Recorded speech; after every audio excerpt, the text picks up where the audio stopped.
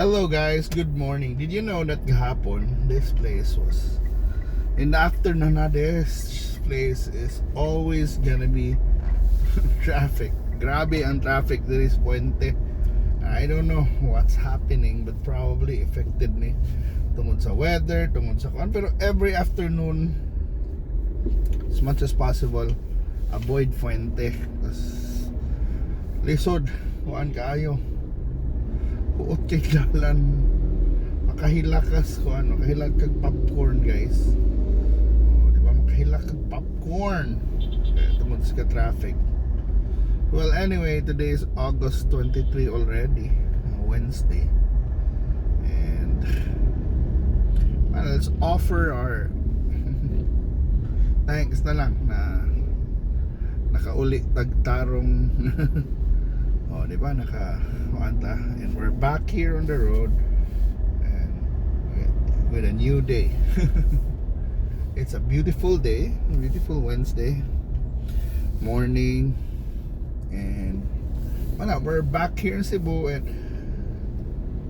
money status ron dere. So just the early morning pa alas 7 may mga dagan's traffic, so it pays to be early. Ang kuan ba 6:50 pa karon, you know, nindot ibiyahig sa'yo, di ba? Why kontra kompetensya, pero of course sa'yo sad kay ka sa office, di ba? But mao lagi kaysa magdadali kaysa malate, di ba?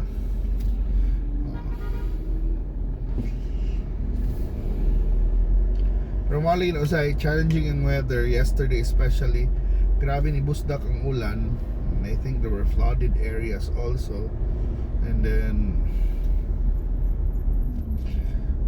karon it's a big contrast, a bright sunshiny day, but I don't know kung karong hapon usay pay resulta ani ba, di ba? But yeah, we're currently passing through the BRT lane na kuan pa ron.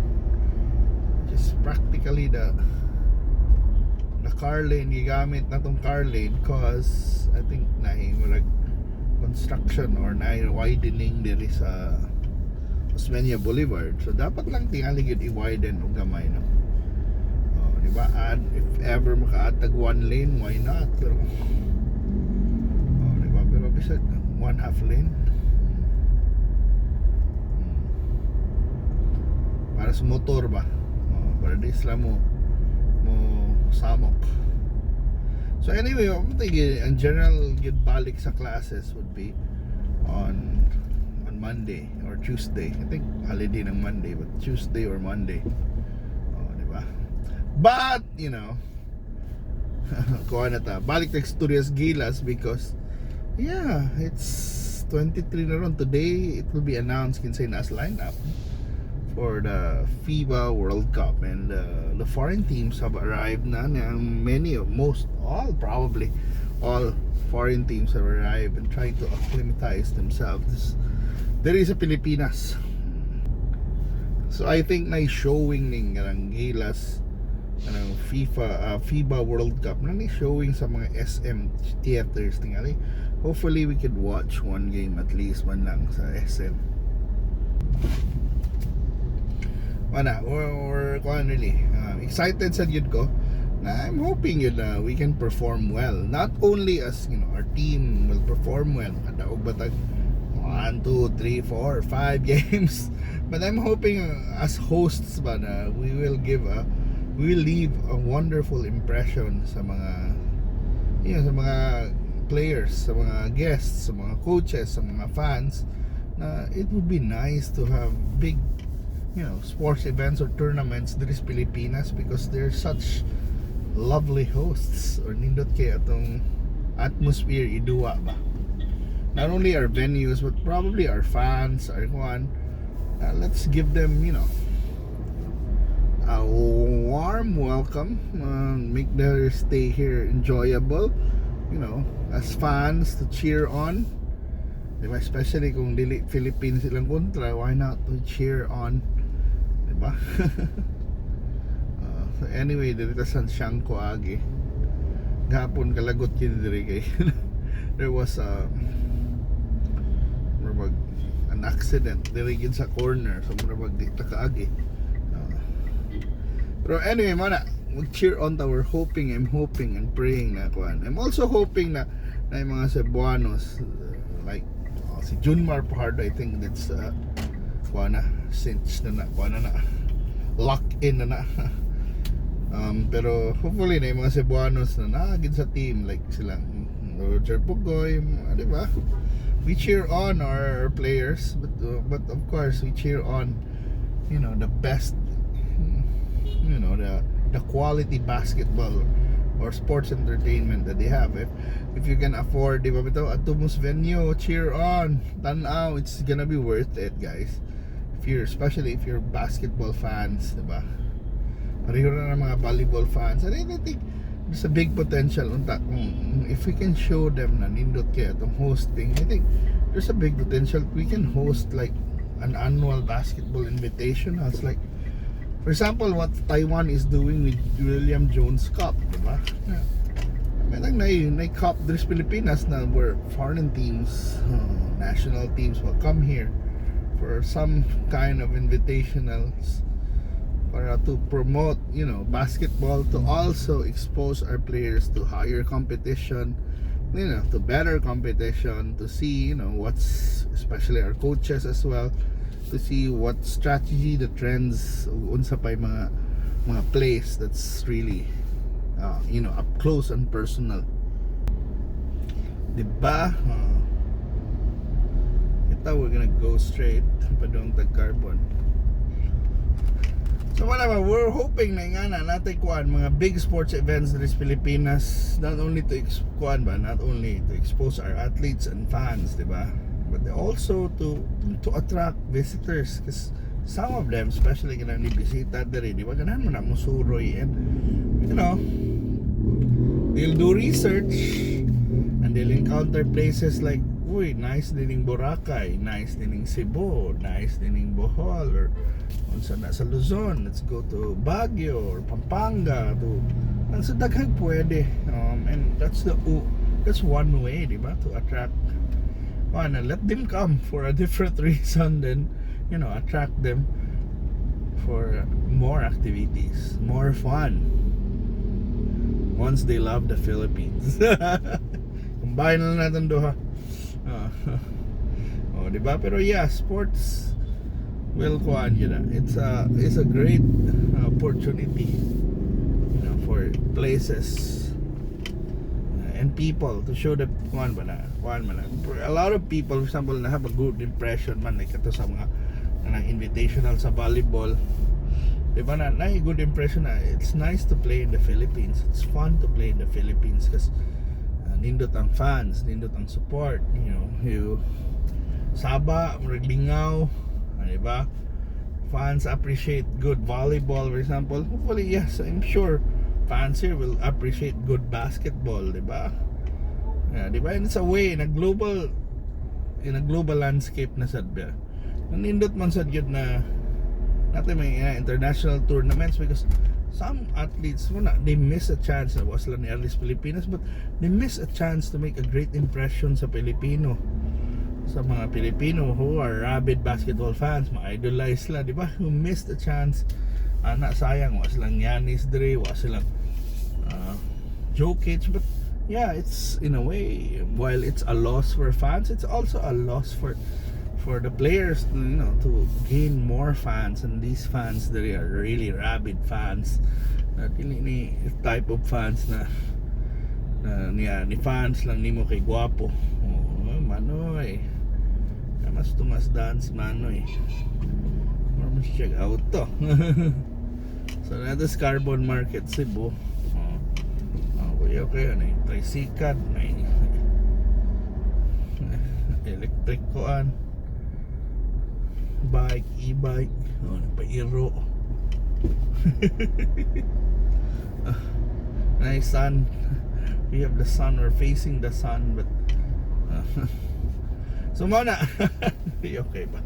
Pero yes, it's a big loss, but it's also an opportunity for, you know, yung mga young players to know Filipino fans, to get a chance, so imagine, for example, I'm a player from mga African countries, diba, or South America, or even Europeans. We rarely come to this side of the world, and I'm sure naiuban diha na, oh, Philippines, there's such a thing as Philippines na kuan na murag, it's a dream for you to play in the Philippines because grabe ang fans dire. Ano yun,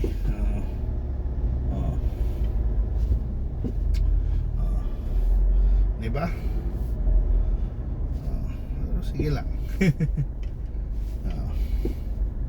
So anyway, money, na to.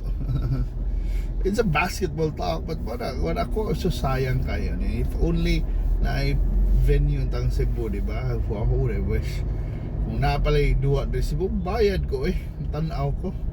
Pero unfortunately, it's in Manila. Kung ato ko Manila, probably makapalit mo tas tickets na may tag 600 ang tingali or ganang tag 1,000 kapit. But of course, kita kag place to stay, diba? The food, the place to stay. It's a different story. But how I wish, wala na. It's like a once in a lifetime opportunity to see these players.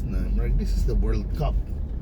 Well, it's not as big as football, but so Pilipinas, it's a big thing because we're a basketball loving country, diba? So sayang ba? But yeah, but who knows, napay chance later in life, diba?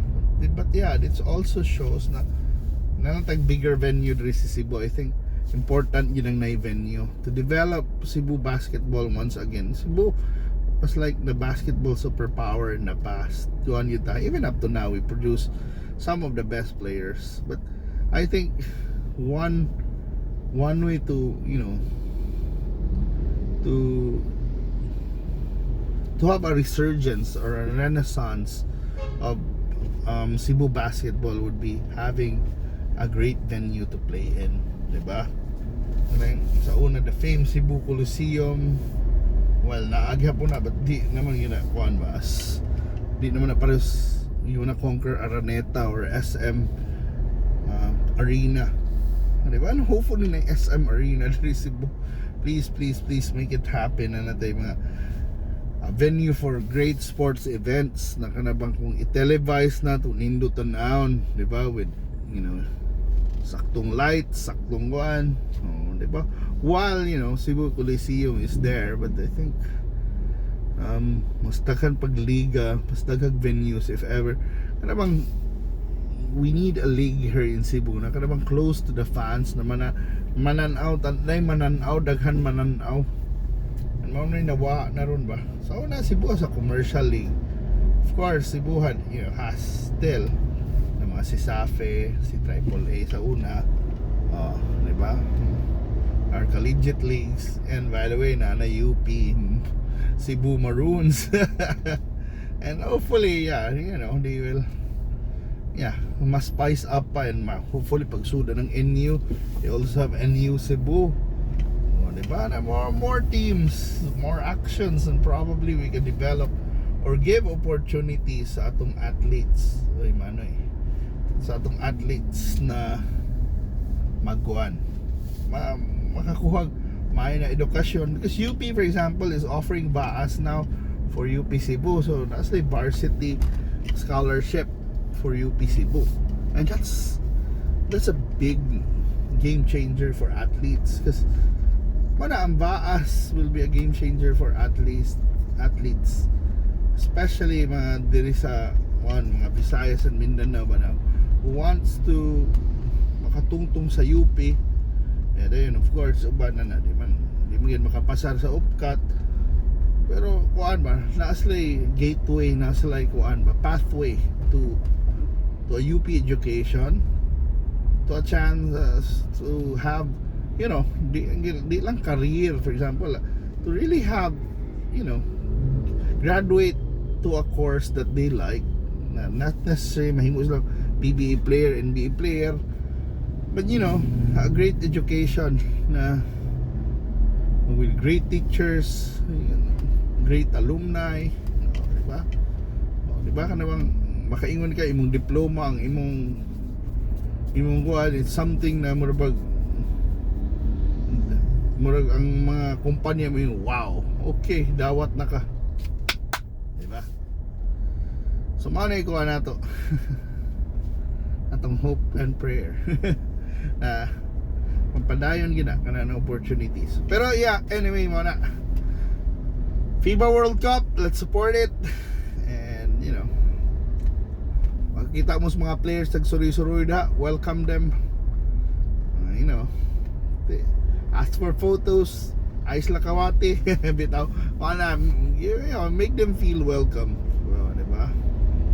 Of course, this is not pwede magbinuang diri, but you know, as fans, make them feel welcome yun, no, di ba? Wala na yung mga kuan, mga racist taunts, mga kuan, just appreciate good basketball, di ba? Kuan lang, kalma lang, applaud, make them feel welcome. Even if we boo them, just boo them, but not kita kontra na to, but don't resort to some crazy things na marabag mag-leave sa impression sa ila, di ba?